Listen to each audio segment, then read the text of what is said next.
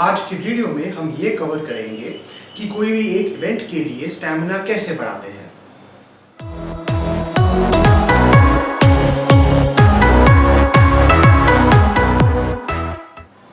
Stamina होता है कोई भी एक एक्टिविटी को सस्टेन करने का एबिलिटी।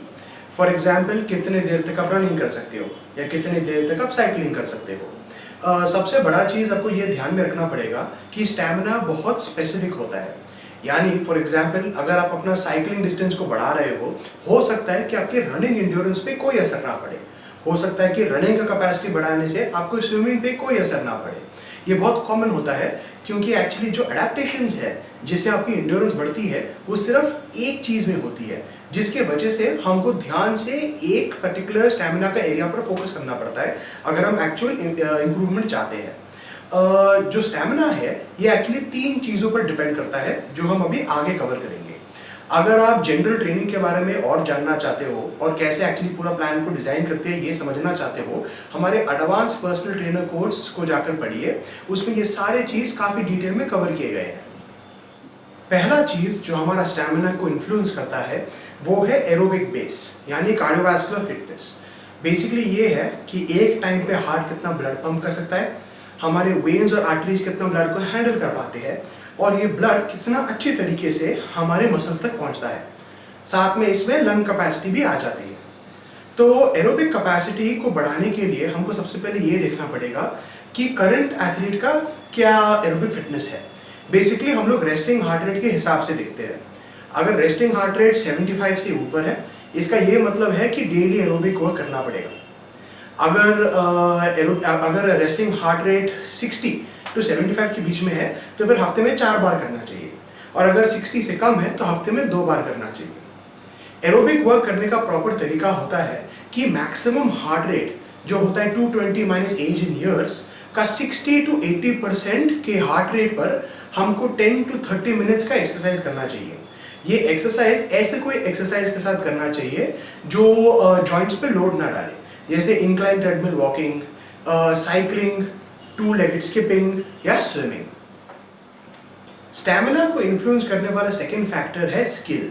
बेसिकली जितना बढ़िया टेक्निक होगा उतना कम आप एनर्जी स्पेंड करोगे और उतना ज़्यादा एफिशिएंट आपका बॉडी होगा। जितना कम आप एनर्जी स्पेंड करोगे उतना ज़्यादा आप उस एक्टिविटी को कर पाओगे, जिसकी वजह से परफॉर्मेंस में एक बूस्ट आएगी। तो स्किल बढ़ाने का सबसे बेस्ट तरीका होता है डेली प्रैक्टिस। तो मैं रिकमेंड करता हूँ 100 to 200 रेपिटेशंस आप डेली या तो वार्म अप में या तो अलग से कोई एक ड्रिल को प्रैक्टिस करो, जिससे आपका उस पर्टिकुलर इवेंट के लिए स्किल इंप्रूव होता है। फॉर एग्जाम्पल, अगर आप रनर हो तो रनिंग के लिए ए भी स्किप किया जा सकता है 100 या 200 रेपिटेशन सुबह जैसे ही उठते हो। उसके बाद शाम को वैसे भी प्रैक्टिस करोगे तो उसमें तो वैसे भी आपकी एंड्योरेंस बढ़ेगी, लेकिन इससे क्या होगा कि आपका स्किल का लेवल जल्दी बढ़ेगा, जिसकी वजह से आप और एफिशिएंट हो जाओगे और एनर्जी बचा पाओगे। एंड्योरेंस बढ़ाने के लिए तीसरा चीज़ हम कर सकते हैं वेरीड प्रैक्टिस। बेसिकली थोड़ा बहुत चेंजेस लाने से हम लोग एक चीज़ पर ज़्यादा फोकस कर पाते हैं, जिससे हम लोग ज़्यादा जल्दी प्रोग्रेस बना पाते हैं। बेसिकली जब हम कोई भी इवेंट के प्रैक्टिस के बारे में बात कर रहे हैं, हम 2 चीज़ चेंज कर सकते हैं, या तो उसकी स्पीड चेंज कर सकते हैं या तो हम लोग डिस्टेंस या टाइम को चेंज कर सकते हैं। तो एक एग्जाम्पल लेते हैं। फॉर एग्जाम्पल, अगर कोई 5 किलोमीटर 20 मिनट के अंदर दौड़ना चाहता है तो डे 1 को वो 5 किलोमीटर दौड़ सकता है लेकिन 25 मिनट्स में।